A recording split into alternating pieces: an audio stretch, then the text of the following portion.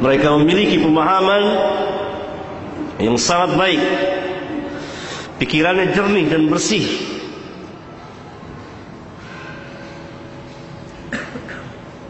Ya. Maka mereka pun tidak mampu. Allah Subhanahu wa ta'ala bangkitkan orang-orang yang mengetahui, orang-orang yang ahlinya tentang hadis, sehingga dikatakan kalau seseorang berdusta atas nama Nabi SAW di timur, akan diketahui oleh ulama yang berada di barat. Tidak seorang pun juga memasukkan sesuatu atas nama Nabi yang mulia SAW, pasti akan diketahui.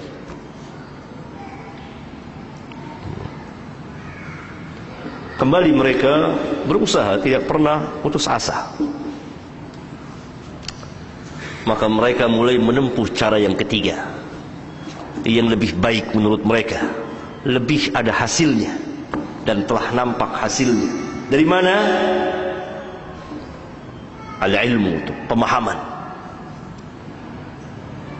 Pemahaman yang salah, pemahaman yang keliru, pemahaman yang batil, bahkan pemahaman yang sesat, pemahaman yang mencapai tingkat kekufuran. Mereka masuk mulai dari sini.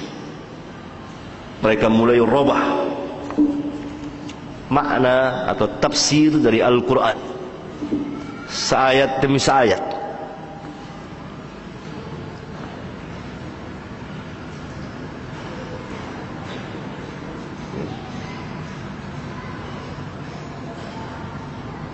Demikian juga mereka mengajak atau memasukkan sebuah manhaj, sebuah madhab yang kalau diikuti maka pemahaman kita terhadap Al-Quranul Karim dan Sunnah akan menyimpang, bengkok, tidak lurus.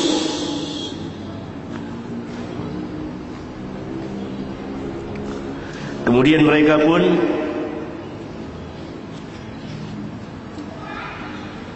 mulai mengadakan pencelaan demi pencelaan terhadap manusia yang paling dekat kepada Nabi yang mulia sallallahu alaihi wasallam, yaitu para sahabat ridwanullah alaihim jami'an.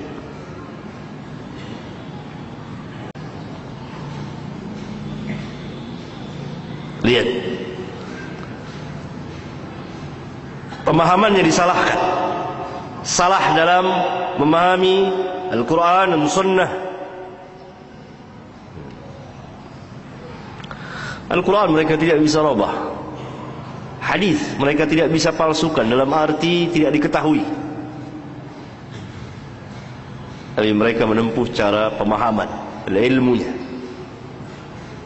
Banyaklah tersesat dari kaum muslimin.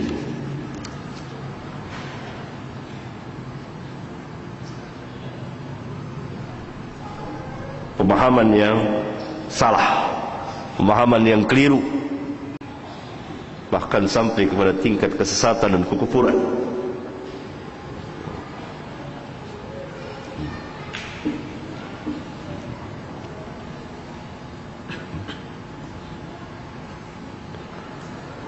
Hilangnya manhaj yang hak, sikap atau cara beragama yang benar.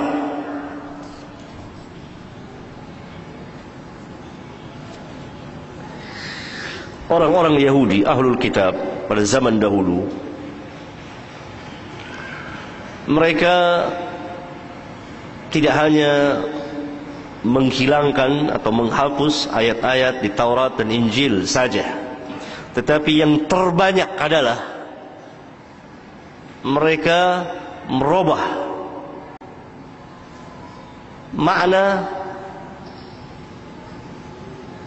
Taurat dan Injil. Apa yang dikatakan Taurat dan Injil, ini yang dikatakan tahrif, merubah makna dari arti yang sebenarnya.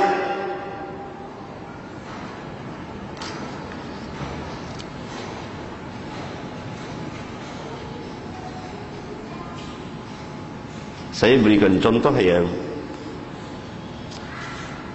ada pada zaman kita pada hari ini tentang sebuah penafsiran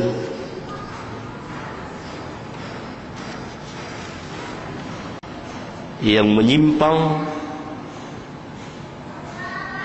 dari apa yang dimaksud oleh Al-Quran. Seperti firman Allah Subhanahu wa taala, "Inna ad-dina 'inda Allahi al-Islam."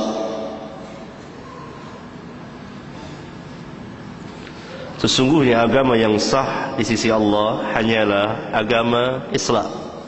Al-Islam adalah din, merupakan agama yang Allah turunkan kepada setiap nabi dan rasul, yang kemudian ditutup dan diakhiri dengan kenabian dan kerasulan Muhammad alaihi wassalatu wassalam, yang membawa Islam yang kafah, syariat yang kamil, yang lengkap, dan beliau diutus untuk seluruh umat manusia.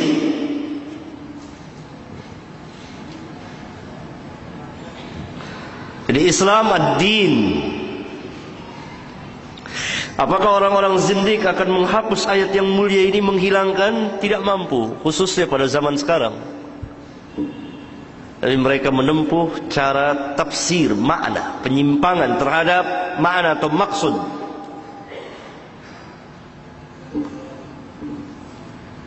Lalu mereka menerjemahkan dan memahami inna ad-dina 'inda Allahi al-Islam,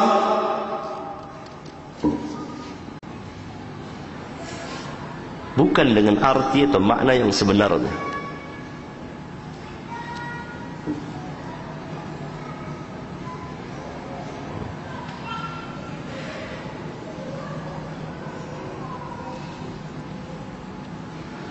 Mereka menerjemahkan, mengartikan inna ad-dina 'inda Allah, sesungguhnya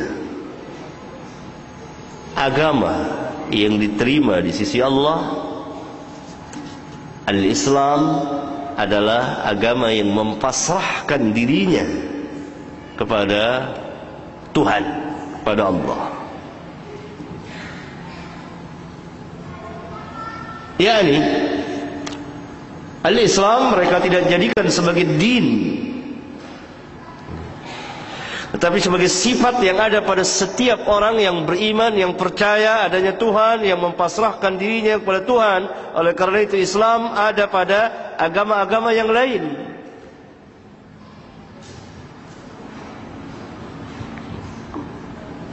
Ini mazhab batiniyah.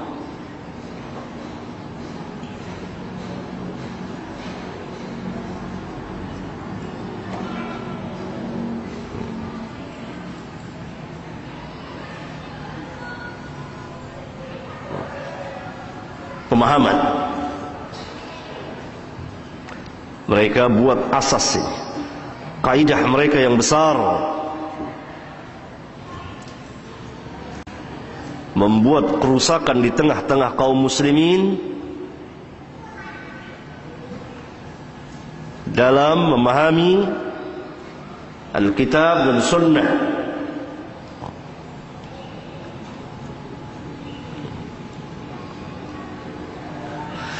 Agar kaum muslimin tidak mengikuti pemahaman as-sabiqun al-awwalun minal muhajirin wal ansar,